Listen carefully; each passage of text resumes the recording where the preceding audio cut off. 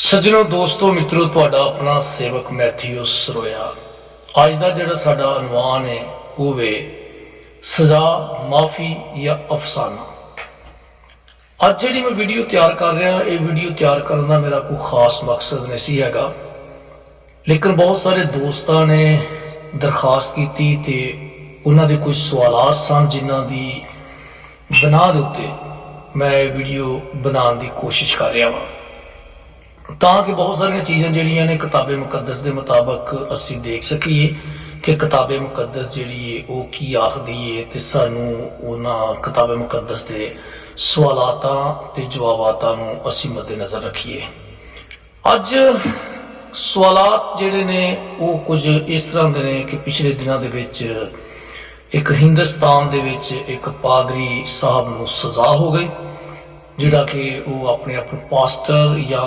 Profit आखदा है ते उन्हां दी जिंदगी के मतलब चंद सवालात ने। पहली गल तो यह कि मैं मतलब ये कोई बोलना नहीं चाहता सा, उसकी वजह यह क्योंकि मुल्क वखरा है, समाज वखरा है, लोग वखरे ने ते कोई उहदे ते टिप्पणी नहीं करना चाहता सा। लेकिन बहुत सारे लोगों ने बहुत सारे दोस्तों ने ये फोन करके आख्या कि तुसी एक वीडियो तैयार करो ते उन्हां दे कुछ चंद सवालात ने उन्हां सवालों नूं मद्देनज़र रखदे होया उन्हां दे जवाब देने की सिर्फ कोशिश करांगा। पहला सवाल है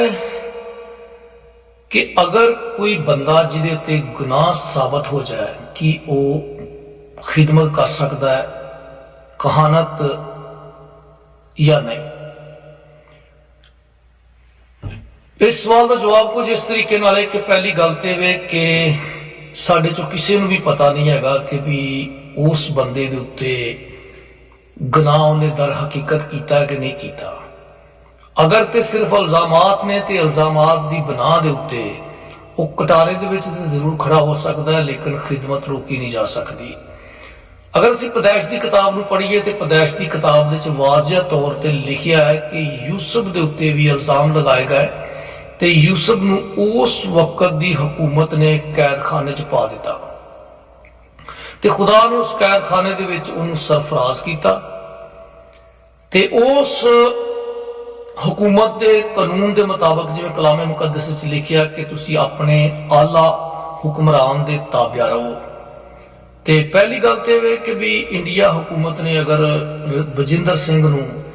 जिहड़ा सजा दी है उन्होंने कुछ देख के मतलब एक कानून नूं मद्देनज़र रखदे फैसला सुनाया होएगा, और अगर उहदे नाल ज़्यादती हुई है तो जरूर उम्मीद करने कि वापस